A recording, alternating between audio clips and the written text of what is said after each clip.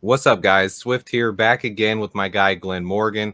We ran out of time last time, so we saved this for today. What we're talking about today is the actual Chicago Bears draft class, what we like about these guys, how we think they'll fit into this offense, and our expectations for them. There's only 5 picks, so it's not as big of a draft class as normal, but we've only had one top 10 pick in the last 2 years, and actually probably the last 5, 6, 7 years. I don't want to go off the top of my head, but it's been a while since we've had top 10 pick, and we Yeah. had two of them this year. So arguably a lot more talent than in normal years. Overall, Glenn, our draft class started out with Caleb Williams. Hmm. Rome Odunze was the second pick, probably my favorite of the draft. I love Karan Omega G. And then Torrey Hmm. Taylor, that's the guy that's talked about a lot. There's some guys, some people hate it, some people love it. And then Austin Booker can get after the quarterbacks. What are your thoughts overall on this draft class, wherever you want to start with? Sure. I think the initial day, it was the first pick and a ninth pick, and then me add that together is a perfect 10. So I 10. thought it was, I thought it was a great draft. With those guys, really. They didn't, try to be the smartest guys in the room. These were players by you, I mean, Bears Nation could collectively see being a part of the team and playing immediately. So it's not like you draft a pick, you're going to have to wait for them to get onto the field. I do realize a lot of people out there wanted to see an offensive lineman, but I think, and people, the question was, why get another wide receiver once we got Keenan Allen? So do we need a third wide receiver? And I'm like, well, yeah, in today's game, yes, you do, because having three really good ones, it's really, beneficial to your offense.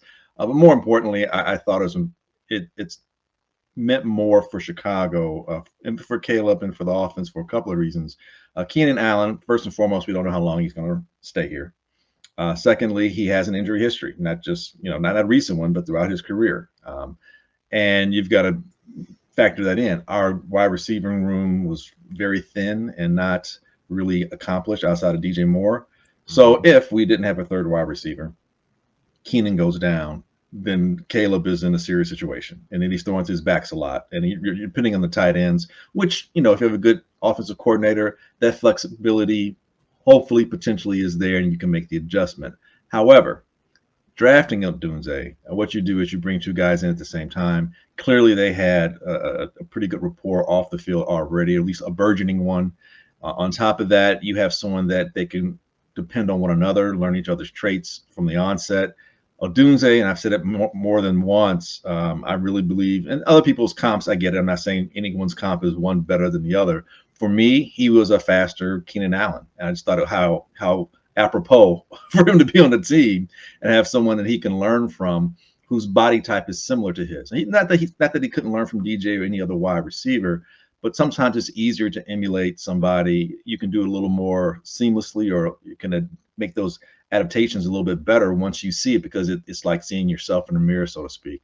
And then it's the speed element. As good as Keenan is, he doesn't have the speed he used to. DJ is solid, but you need somebody that can really stretch the field, has the size. I think he affords so much versatility with your offense. He's able to block downfield, contested catches, his ability to run pretty much the route tree. Some things better than others. Obviously, he'll get better at that as he grows in the NFL. But he's really good right now. He doesn't shy away from the moment. He has a bit of a clutch factor to him.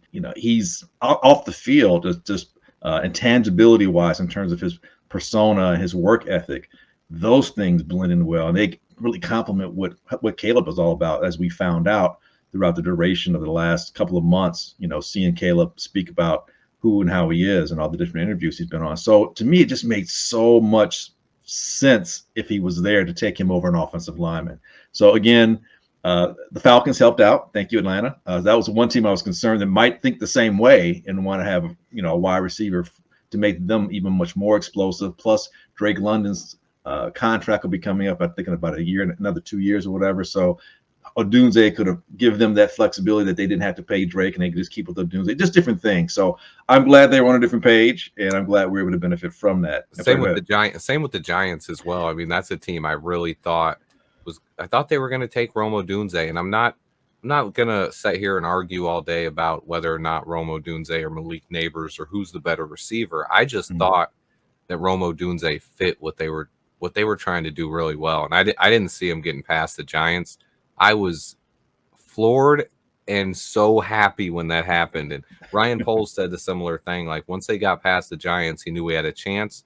They right. thought the Falcons were going defense though, so it's clear Yeah. they weren't 100% on page with everybody what everybody was doing. But Mm, the Falcons, they didn't go defense or Romo Dunze, so thank you to no, the Falcons no, as well. no. And then to your point about do we need 3 wide receivers? Do we need it? No, but will it help us finally break the 4,000-yard curse? Will it make Caleb Williams' transition to the NFL as easy as possible, giving him a guy he can build chemistry with and another solid receiver who not only is he going to be able to have a connection with Rome Odunze, but out of our 3 starting receivers, Rome Odunze should theoretically, at least this first season, get far less attention from defensive Mhm. backs and defensive coordinators than DJ Moore and Keenan Allen did, who just both came off 1,200-yard seasons in the NFL. So those Right. guys, NFL is more familiar with them, and the NFL is going to game plan for them more. And then Rome is Yeah, a guy who, hey, eventually I see him being our number 1 receiver, and definitely. hey, he's incredible. I couldn't be more happy about Romo Dunze. That's a guy. Poles said it. He said he's a bigger DJ Moore, and you said it. He's similar to Keenan Allen. I see some similarities there with Keenan That, Allen. I see Devontae Adams in him, and yeah, then I even a see little Devontae. bit of the way his focus is when the ball is in the air, his concentration, it's Larry Fitzgerald-esque to Yes. me. And Yeah. I think Rome is special. And anyone who is saying, oh, we shouldn't take a receiver in the top 10, Rome isn't just any receiver. This guy is a special, special talent and immediately one of my top 3 favorite players on the entire roster. I love that dude. Yeah, I agree wholeheartedly with you. Even back in the day when I was a proponent of keep Justin, trade down, and people were like, "Well, we got to get Marvin Harrison." I'm like, "No, trade down twice because there's another guy that's pretty much the difference is negligible. It really right now. Now, who knows how they'll go once their careers begin, but like for the most part, I'm like I'm okay with Roman Dudes. like you get me like I a didn't think we could haul. trade down far to get him though. Like to me, it was like Marv was going to go at 4, and Yeah. then Rome was going to go 5 or 6. So it was like we Well, can't I think trade down that far. I didn't see Rome falling to 9. I'm blessed that it happened. I kind of did. And I know one of the mocks I did for Football Night in Chicago, I had Rome going 5, only because it was like right after the combine. And what he had done when he stayed after, I'm like, oh, people are going to eat up that work ethic. And I know the Giants have had some issues with temperamental wide receivers, from Kadarius Toney to Odell Beckham. And I'm thinking like, okay, they may want someone that's less complicated, more or less. And We so, were and wrong. maybe right, maybe a big receiver. And Neighbors had a little bit of, checkered passes. I'm not That's saying, yeah, Neighbors is he it, seems for all intents and yeah, purposes a great guy. right. I think it was a gun possession thing, and he was, had somewhere where he was in, I think New Orleans, Mardi Gras, or the French Quarter, whatever. I mean, it wasn't that he did anything, that he had an activity. It was you know, a misdemeanor type kind of situation, but sometimes those things, tend to linger, and people tend to make judgments, fair or unfair. So I thought maybe Neighbors might be someone, but then the week or two before the draft, just how much everyone was saying that Neighbors may be the best, and they were really putting him ahead of Marvin. It wasn't Odunze wasn't even in the consideration. It's between I those was two. buying it. I was retweeting that stuff. Like, yeah, yeah, get him. And I think with Neighbors, he's more explosive, twitchy. He has that initial burst. I think with Odunze, he's so smooth and his speed. Not so much that he doesn't have some explosiveness to him, but his speed is more of a long speed, build up speed kind of deal. Whereas Neighbors is more, off the snap of Explodes. Yeah.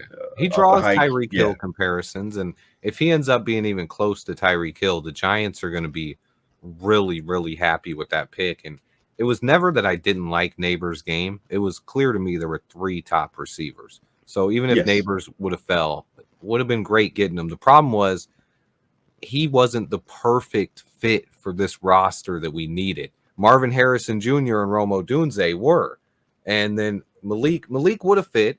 I think he still would have been a Yes. great fit. It would just been we would have had Different. basically two DJ Moores, basically. Exactly. And which Exactly. it's not a bad thing, but when you're an offensive coordinator, you preferably want different flavors, different guys that can Yes. specialize at different aspects of the game. And that's what we have now. We have Romo Dunze, who can take the top off of defense. He can also go over the middle of the field and make those big contested catches. And then he's also a big red zone target, the guy we Yeah. need that you can throw it up for, jump ball, and he's going to be a guy who can be Caleb's best friend and number one weapon pretty early in his career. But then you also have Keenan Allen, who is known as a slot guy, and everyone's like, Keenan's a slot guy. And yeah, he runs over 50% of his routes from the slot. But like you Right. said, most people don't know Keenan Allen's 6'3". He's got the same size as Romo Dunze, and you can move him Mhm. all over the place. DJ Yeah. Moore, same thing. You can put him at the Right. Z, you can put him in the slot. So this offense is just dangerous. I wish it was September already, honestly. Yeah, I mean the versatility with the receiving group became that much more exponentially dangerous when you added Odunze. Because keep in mind, and I really, really do believe, at least I hope, I want to put faith in this belief that Shane Waldron can develop talent. And I really want Tyler Scott's talent to be tapped into. I think he was underdeveloped a lot last year. And I don't like that for receivers. I don't want them questioning themselves. I don't want that doubt to creep in to where, they get open, but then for whatever reason they don't follow through. I don't want it to be a situation like Bayless. Since Bayless has been there, it's been a confidence issue and just seemed like he's never gotten over it. So having someone with Tyler's speed, definitely someone you could put in the slot. Maybe you could put him in the backfield to do something crazy or whatever. I think of the receivers we have, Odunze is probably the one I would least want in the slot, but not that he couldn't do it. It's just I think I get more bang for my buck with him on the outside the numbers. But again, I'm with you, Keenan. Until Keenan teaches him how to play the slot, and then he can do the same Then he's thing. going to be able to do it all, and he's going to be Yes, super dangerous. he's But I super wanted to touch on dangerous. your point there about developing receivers. I think this is Mhm. I think more than anything, this is a new era for the Chicago Bears. And with Shane Yeah. Waldron, with Caleb Williams, comes a new emphasis on the passing game. And I think Yeah. taking Romo Dunze only doubles down on that, taking the wide receiver and the quarterback in the top 10. So that's all three of Ryan Pohl's highest picks in the draft now. All top 10 selections now. 10 Darnell Wright, 9 Romo Dunze, 1 Caleb Williams, 1 on the offensive side of the ball. So this is, in the past, it's always been, and you said it with Tyler Scott, you don't get many chances here. If you're going to be a rookie receiver and you're going to come in and you're going to make an impact, you're going to get 1 to 3 chances to make a big play. And if you don't make that, Mhm. what do fans remember you for? Your one drop. It's Yep. the same with Velus Jones, Tyler Scott. You can go back in history. Even Kevin White, guys like that, when he wasn't hurt, like he didn't make a ton of Right. impact. We just haven't had that offense that we never are in the top 15 in the NFL in passing attempts, let alone yards or production. But if you're Right. not throwing the ball a lot, then your receivers don't have many options to or many chances to develop. Opportunities. And that's Right. something I think with this new regime, with this new era of football we have coming here for the Bears, I think these other receivers are going to get more opportunities. Even though right now, when you look at the depth chart and you're like, oh, those guys aren't even going to be on the field ever because we got Romo Dunze, Keenan Allen, DJ Moore, Cole Kmet, Gerald Everett, DeAndre. Hold up, this is the time for it. DeAndre Let's see it Swift, now. baby. DeAndre Swift. There we go. But There we go. I think they will, because just like Flus likes to do on defense, they're going to rotate it, guys in and out. Guys do get banged up, and over the course of a game, there's going to be a few plays a game, at least 2 or 3, sometimes even 5, where they come out and they bring 4 receivers and kind of spread the field a Right. little bit. Tyler Right. Scott or Velus Jones Jr. are going to be asked to step in and do something then. And with Mhm. how much attention's going on those other guys, these guys should get a few more they should get more opportunities this year, even with the addition of Keenan Allen and Right. Rome Odunze. than they did last year. So I'm excited for every aspect of this offense, even those guys that are written off, Tyler Scott and Velus Jones Jr. One of them's going to do something. Yeah, I agree. I definitely believe that should be the case, and will be the case. I'm not certain how fast play calling is going to be and how quickly we're going to get to the line, and how quickly we're going to execute. But I do eventually, by season's end, I want to see that stat where we're getting so many plays in the course of a game. With those that starts to increase, so their offense is on the field doing more things. I think with the defense we have, the potential for that is high.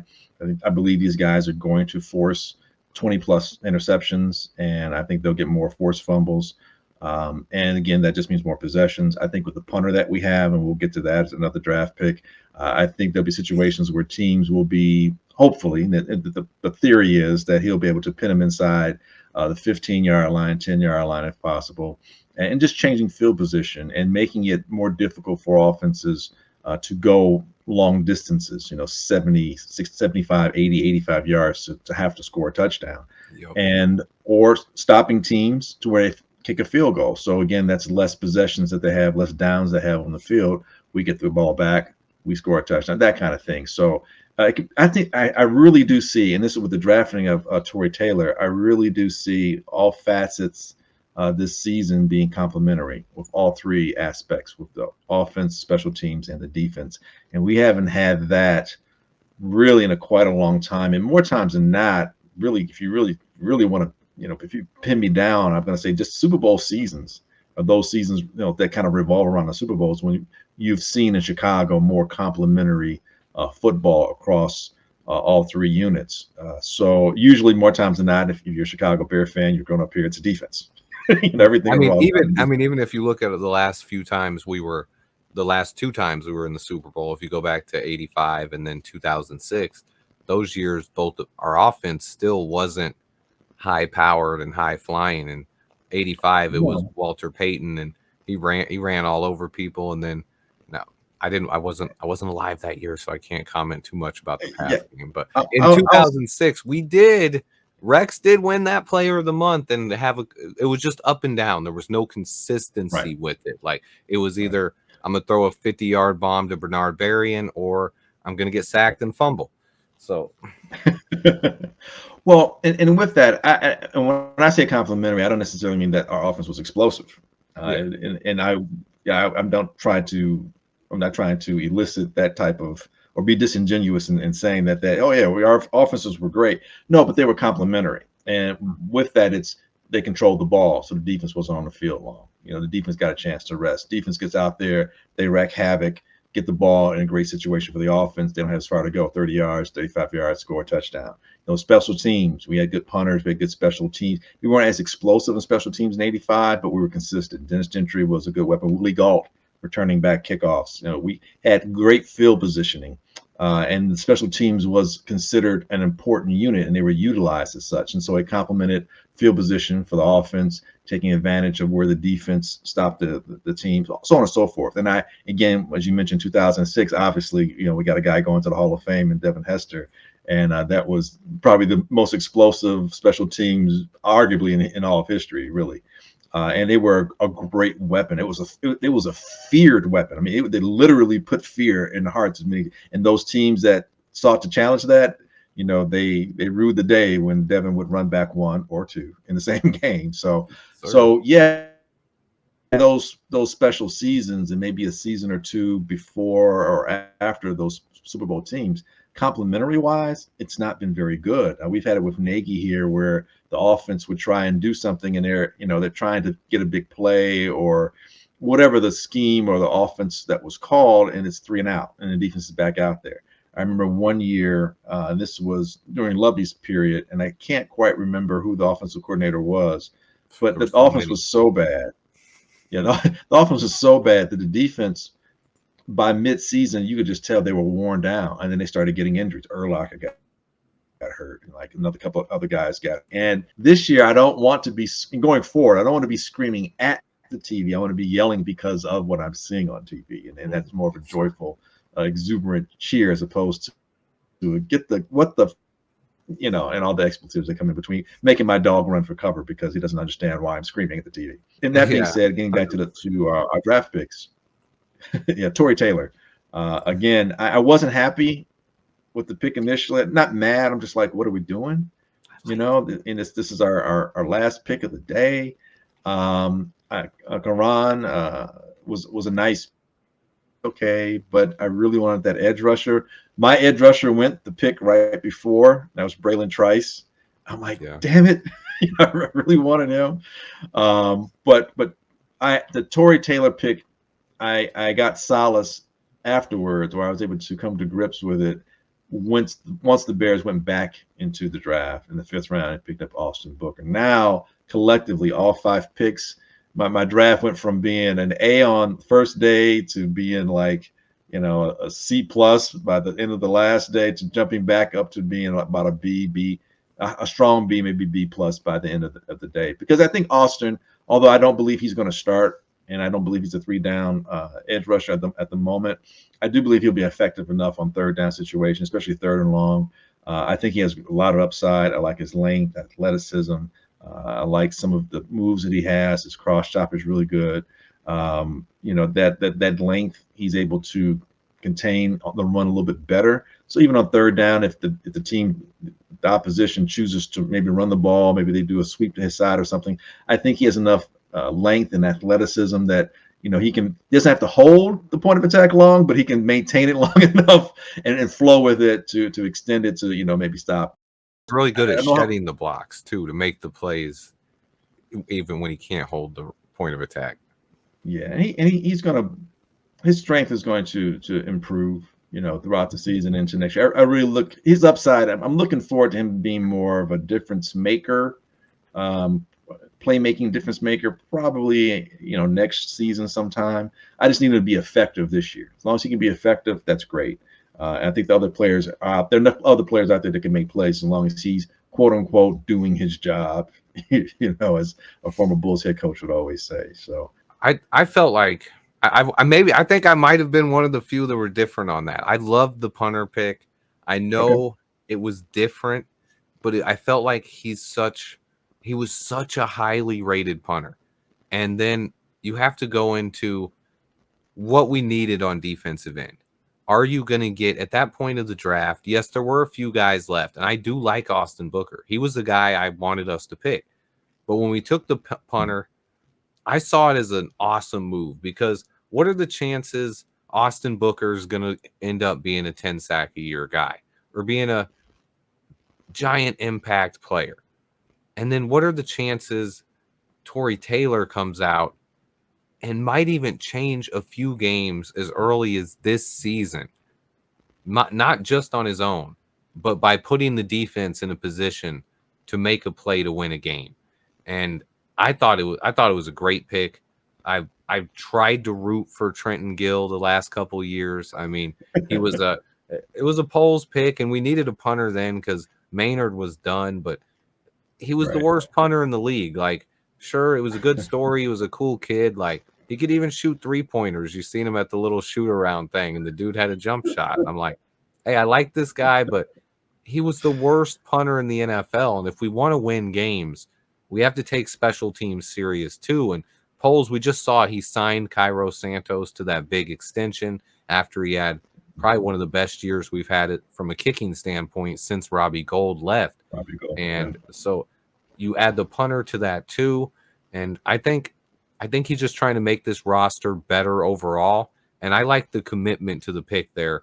And then realizing, hey, just like the fans, I also realize we can get another pass rusher. But again, he outsmarted us because, like you, if we were Ryan Poles and me, say it was me and you, one of us is Poles, one of us is Right. Cunningham, we're most likely taking Austin Booker in the 4th round because that's the guy I wanted. You wanted a pass rusher. And so the problem is Poles knew, if you looked what happened after that pick, no other after Braylon Trice went, there wasn't another pass rusher for 15 or 20 picks.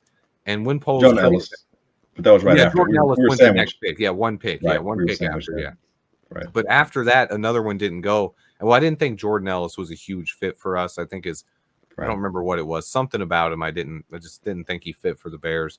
But Mm. 20 some picks almost, and only one other edge rusher gone, and he was still able to get Austin Booker.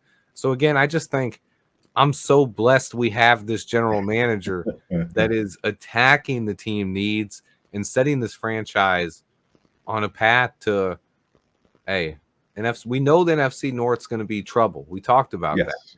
but Yes. the Chicago Bears are going to be trouble too. And those other Yeah. teams got to worry about us now, okay? And that's a real thing. I totally agree. And although Shane Waldron has been in the league for some time, and he's been a coordinator that was coordinating as recently as last year, and teams can go back and look and see what he does. It's not with the same complement of players, so it's going to be a little different. So my point being, we'll be a bit of an unknown for teams for a good portion of the season because our staff is still learning its new complement of players, and the players are learning the new staff. But with that, it's going to be difficult to see what the Bears are going to do to really gauge week to week to week. There are no tendencies at this point with this team.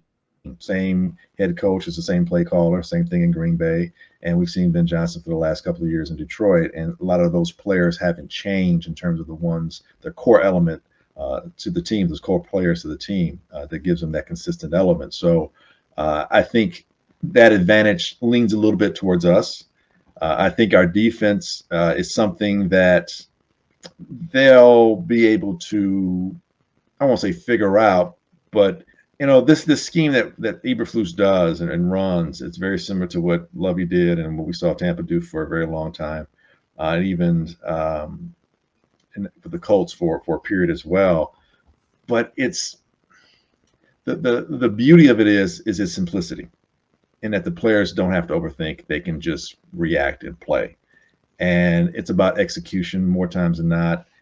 But these guys know what they need to do, and it's a bend but don't break type kind of defense, but one that can force turnovers. And it can be annoying. And there are times where teams they become impatient, and it feeds into what the Bears or that type of defense wants them to do. It's like, okay, you're going to make a mistake, and you can talk to the guys even that played with Lovey recently. They'll tell you, they're like, hey, you're going to have to go all the way there, and in 8 plays, you're going to make a mistake in one of them. And that's kind of the tenet in that defense. And we saw that really play out a lot towards the end of last year once these guys got it and started playing, and they were just all over the place. So I think our defense is just going to be one that's just it. And the more you do that defense, you don't have to add so many changes and nuances, and everyone becomes comfortable. The better these guys seem to play and become in that team. Like Tampa Bay was tough for a long time with the Warren Sapps and the Derek Brooks and John Lynch. They weren't fooling anybody, but damn that they weren't one of the top defenses year in and year out. Same thing with Lovey's Bears, year in and year out, eschewing injuries. That defense was tough. And this defense has a chance to be better than some of those from an aspect. I won't talk about the front seven, but from the back end, where when we watch those Bears teams, they were the best when the secondary was making plays, when Nathan Vasher was good for a couple of years, when Ricky Manning Jr. came in and had a couple big years as a free agent signing. Jennings. Yeah, Tim Jennings. Tim Jennings was a guy who, hey, he played really well in this. And I think right now we have, if you look at our secondary, it is so stacked. And that's why I think it's labeled the bend but don't break defense for a reason, for a lot of reasons. That's how it's taken. But I think this defense actually has a chance to kind of kill that label because our secondary is so good that we're not going to be giving up as much, knock on wood, as those old defenses did. Because when you look at Kevin Byard, all-pro safety, Jaquan Brisker, Jalen Johnson was a top shutdown corner in the league last year. He's, in my opinion, top 5, but you can easily say he's top 10 no matter who you're arguing with. And then you got Tyreek Stevenson, Kyler Gordon, who I absolutely love. He's not talked about enough. I think he's one of the better players on our defense. I think he's a guy who's going to break out this year and make a ton of big plays if he can stay healthy. And then even backing them up, you got Terrell Smith and some other feisty guys like Josh Blackwell and Jalen Jones. So I just think this secondary is if we can get pressure on the quarterback, if Montez Sweat and Javon Dexter can do their thing, this is a team. This secondary can be special, and it's not talked about Yes. enough, especially with this offense now. It's gonna the battles in training camp. Woo-hoo-hoo. Yeah, it's going to be great, and that's a great thing too. That Caleb was going to. I hearken it somewhat to the Legion of Boom and how they came after Russ and made Russ, that steel forges steel or iron forges, however that phraseology goes. But just the challenges that you see in practice, maybe even better than harder than the ones you face in a regular game. Maybe like, oh man, this is easy compared to what I play every single day, or every week in practice. So yeah, I totally agree with you. Now that, but our linebackers are good pass catchers too. They got good hands to pick off the ball, and they cover so much area laterally, and they can drop back as well. So it'd be very difficult. I'm with you. The back half of the defense, the back seven, maybe I think arguably one of the top five, maybe top 4 or 3 in the league once the season's said and done. And then again, People a think lot of this is tempered by. Tremaine Edmonds is older than he really is. I mean, the guy's only 25 years old. He's still Yeah, coming very into his young. prime. That guy can play even better football. Yeah, without a doubt. And to some degree, I look at some of these undrafted free agents that we picked up, and I see where they're going to be able to help out more so, especially in special teams. I'm looking at a guy like Ian Ian Wheeler, Wheeler, the kick returner, yeah. who, yeah, and he a little bit of depth for at the running back position, but he's got a good eye-hand coordination. He's not a big wiggle type kind of guy. He's not going to juke you out your shoes, but he takes it and he takes it and goes. And he's got good 4.4, 4.1 speed. I think his fastest is 4.38, but I'll just say he's got 4.4 speed, and he's got a little bit of size to him. A little bit. He plays. I shouldn't say size. He's like 5'10", 205, so it's decent. But he plays a little bigger than that. Like he hits a little harder than that. He's physical with his running style, and he's got a guy on kickoffs and punts that can break a tackle or two. Especially with the new rules now, where things don't really begin on a kickoff, doesn't really begin until you catch the ball. Bigger guys with a little more strength may be able to get past a tackle or two, break one, and then with his speed he can take it to the distance. So I like him. I like Theo Benedette. He's Theo out of British Benedette's offensive Columbia. lineman, yeah. Yeah, 6'7", 300. Now he's a lean 300. Very svelte. Lively moves on his feet. He's very quick, man. I mean his quickness is noticeable. Like it jumps off. I'm like, oh man, this big dude can move, and then he can get upfield as well. There's a few plays I've seen. I'm like, wow, you're 30 yards downfield and you're still running, and you're not dragging ass or anything. And that guy's not going to tackle the person because there's no way he's getting past because you're keeping up. He's got good length and everything, and his functionality NFL strength wise isn't there yet. Now at the level he played at, he was throwing people all around the field. So he's not going to do it like that in the pros, but he can get stronger. I'm not worried about that. That's something that every player invariably does anyway, and he can probably stand another 15 pounds without losing any agility. But I like him for on the line, someone who maybe be on a practice squad. But as far as another person on special teams, I believe he's a cornerback out of Troy, Reddy Stewart. Yeah, Reddy Stewart. And man, I mean, really good guy out of the Sun Belt Conference, and I think he's 2-time all Sun Belt first teamer. And I believe he had 22 pass deflections over the last 2 years, or 20 plus pass deflections over the last 2 years, and 7 picks as well. But another guy that just fits mentality wise our ball hawking secondary. With only 7 DBs, he's got a chance that he could make the team. But I think special team wise, because he's a cornerback that's real physical. He doesn't mind, like he comes downhill to make tackles, and that's what you're going to need on special teams. Somebody with that physicality and the speed, so that other guys don't take it to the distance on you, take it to the house on you. So I like some of these guys as being potentially inclusive on the 50-man 3 roster, but more of a special teams depth kind of thing. But just guys that fit where it seems the Bears are going. Austin Reed. Look, if I'm Bajent, don't get comfortable. Don't get comfortable, because I'm like Austin Reed. Guys out of Western Kentucky. I mean, for years, not just because of the guy that's in, not just because of Billy Zappi. I mean, even prior to that, Western Kentucky's been one of those universities, one of those college spots where guys go and they make a lot of yards and they put big numbers, and sometimes that translates into the NFL. The thing I like about Austin Reed, he was at what was it, West Florida Argonauts before he went over to transfer to Western Kentucky. And in both places, he was there for a couple of years. In both places, he put up 7,000 yards. I think in Western Kentucky, just tipped over 8,000 those 2 years. He won a Division II national championship, so he's had the taste of winning. So he has a winner's mentality. But this is a guy who is consistent, putting up consistent numbers at different places he's been at. He's thrown for 70-plus touchdowns both places. I think he had 30 plus at least 4 straight years. The last 4 years, he's right, 30 exactly. plus every year. Yeah. Exactly. So it's like, okay, now, and then watch him, I'm like, okay, he's short, he's got a real compact, throwing motion. His ball placement, that's what really stood out to me. I'm like, man, he is dropping dimes. Like his ball placement is really good. Like some of those passes aren't easy. Like it's like right over here, like the defense has no chance to get it. Only your guy's going to catch the ball, and he does it consistently, especially outside the numbers.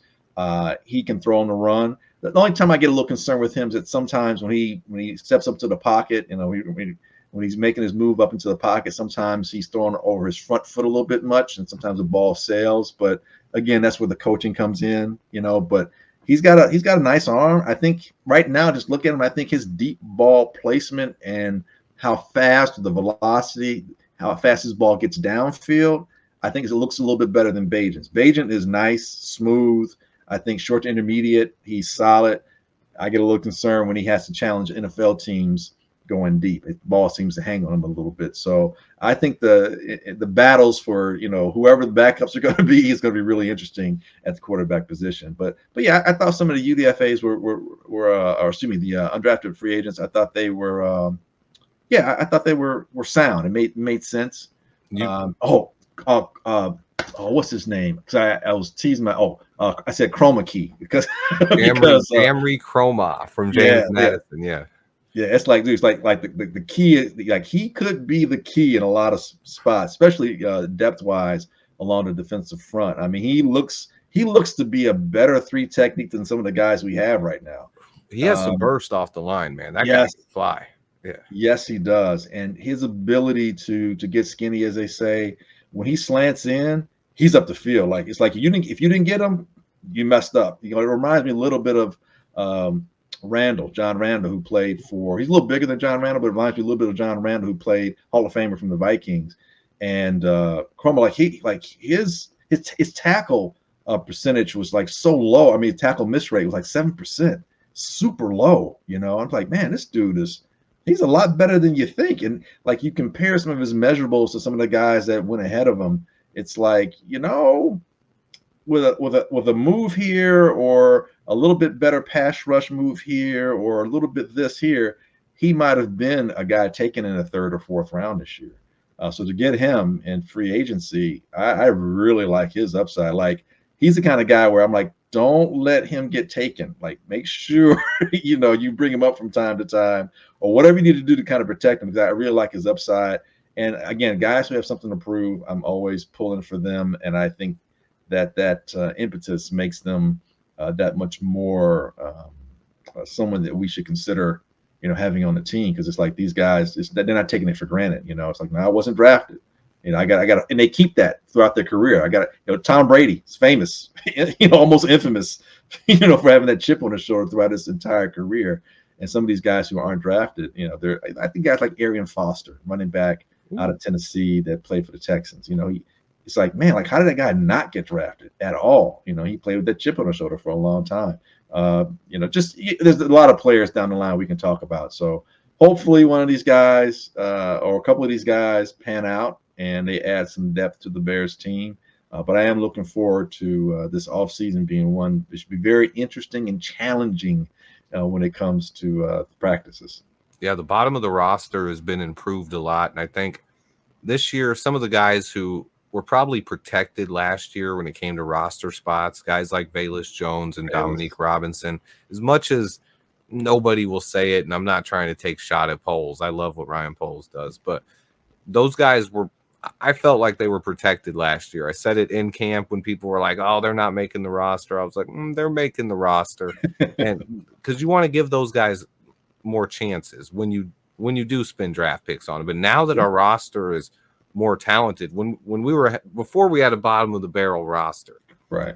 now we have at least middle of the league roster. Legit roster. And some positions, it's some places I'd say secondary and wide receiver crew, like weapons on offense, and then secondary. We're top 10 easily in the NFL. And this is this is a legit roster now with some depth. We have some backups, and now those guys, hey, you're going to have to earn that job. And these undrafted guys have opportunities. Yes, the roster's deeper, but I think there's more chances where if you come in and impress and you beat out a guy that has been here 2 years and hasn't done anything, you can stick around. So these guys have shots. I want to just briefly mention Keith Randolph because I love that guy.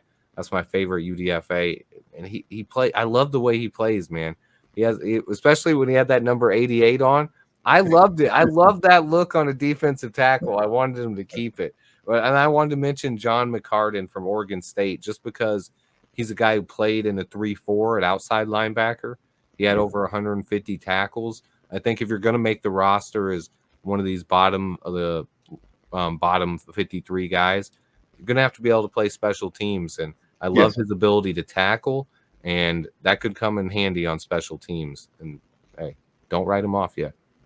Yeah, no doubt. And as you're saying that, I'm thinking like Carl, what's his name? Carl Jones. Carl Jones, UCLA, yeah. UCLA. Not very big in terms of decent. He's a little short, a little on the short side. And they have him listed like kind of like an edge. I'm like, he's not an edge, but he's effective. I don't see him at the NFL level being able to play edge like he did, like he got away with at UCLA. Like he and Latu combined on so many tackles and plays last year. But his ability to make those tackles, I like. His motor keeps running. His recognition, his play recognition, and deciphering where to go to make the tackles.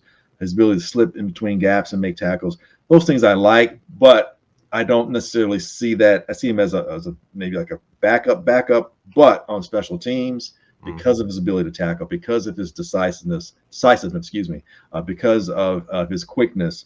Those are things I'm like, man, that's going to be important because you're going to need 2 to 3, maybe 4 guys on special teams who you can count on. Your gunner needs to be, primo. That helps you immensely on punt returns. But you want guys that can make those tackles, secure those tackles, and obviously having a return person. We haven't had that in God forever. Someone that people are concerned about or have to, take, at least consideration. More times than not, we're like, just don't fumble the ball. I think all those spots at the bottom of the roster now are more important because of the new kickoff rule. It's going to be different. You're going to, until we see it for a few weeks, I think special teams coordinators they're going to want a game plan for it. And they're going to want to make sure that the guys at the bottom of the roster can tackle. And I think days of guys who can't tackle and, they were just on special teams because they could run fast or something, those days could be coming to an end here because it's not about getting down the field anymore. It's about making the play, and it's gonna be a little bit different. I think there could be an adjustment period early in the season, and teams making a lot of roster cuts in the back half of their roster or the back end. Those last 3 to 5 guys. There could be a lot of movement early in the season, and I think it's gonna be fun to watch. Yeah, it's like a guy like Chroma Key. I keep saying Chroma. That's my nickname for him now. But a guy like Chroma, it'll be key for him when he's out there to make. But he has that athletic versatility or that dynamism with his athleticism that he can play inside outside. But if you see someone like him or considering someone like him on special teams, he runs a 4.7. I mean, it's not slow. And with his size, he's not someone you can easily block. So a guy like that who can move, he's got pretty good lateral quick. As you're saying, it's not just about speed. It may be more about your lateral agility and your ability to maintain your contact balance, when you're engaged and, be able to stack and shed when you're in defense or when you're in offense, being able to, break a tackle.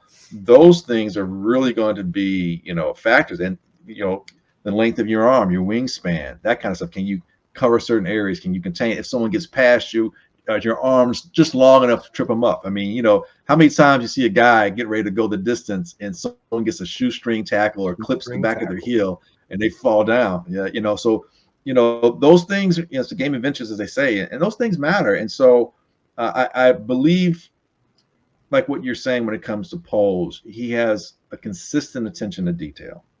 You know, and sometimes it's more prescient than we realize, and he's looking down the line, and we're just reacting to what we see, and not quite understanding that he has more of a concept about where things are going to go, and it's that the little bit that we don't know about. But I think he's consistent with his attention to detail, and I know someone like you with your attention to detail, I know you appreciate. It's probably why you know he resonates with you so much, and I get it. You know, and it's like, okay, you know, I would have done things a little differently. I wanted, you know, I wanted a lot of, I wanted more bodies, I suppose, more talent. I wanted to protect against the inevitability of injury and attrition through other means, while still building a roster.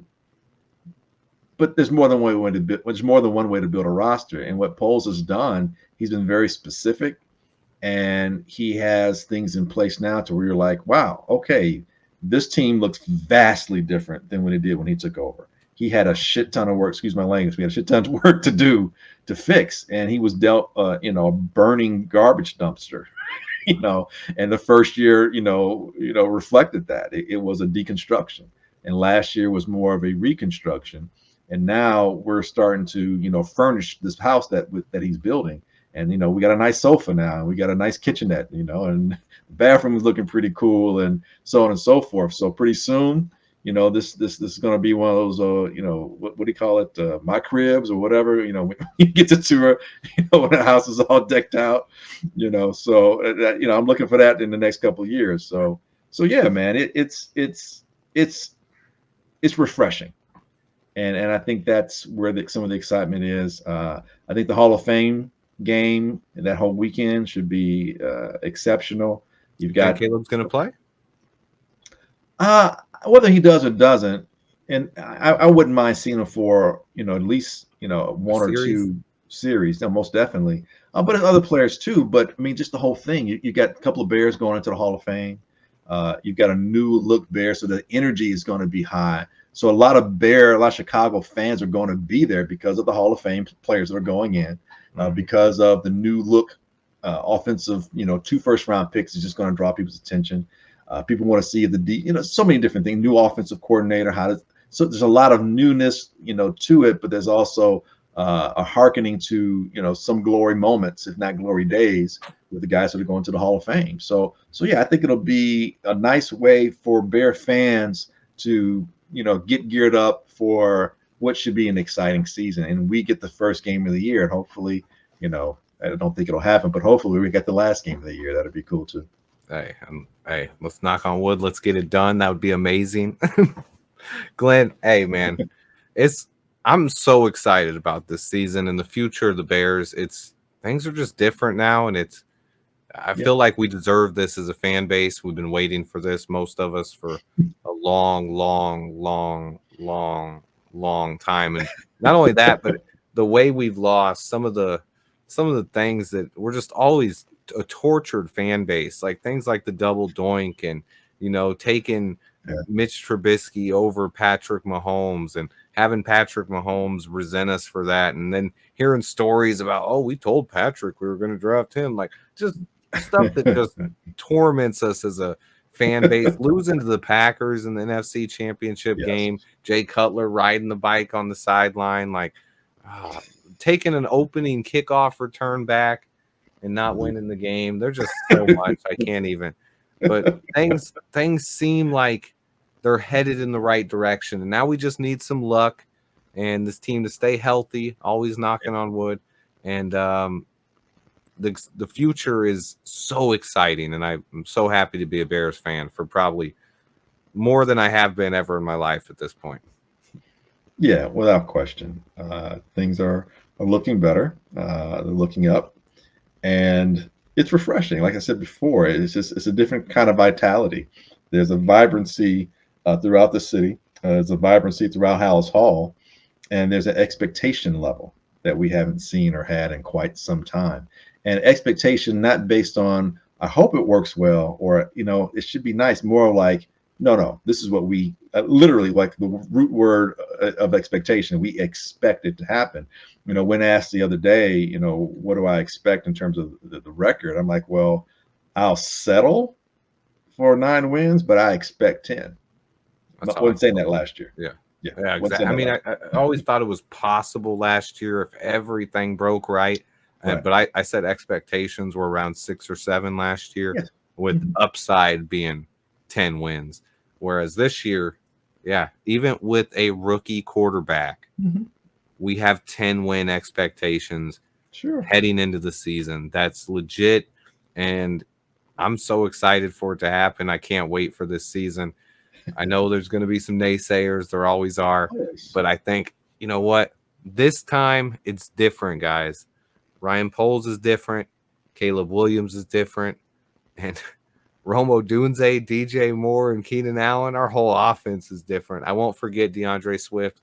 But Right. yeah. We don't talk about the running backs as much. They get second billing. And here in Chicago, I mean, as long as I've been alive, running backs, that's a Chicago tradition. Your running backs are key to your success. They pretty much always have been in this city.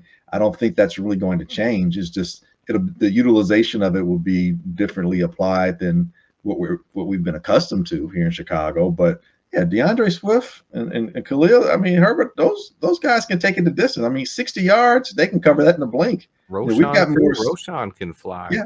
And I think good Khalil speed. Herbert, don't rule him out. He's a guy with that his one cut style of running, kick returner. If they were like, I know people were like, oh, I He think did we in should college. trade Khalil Herbert.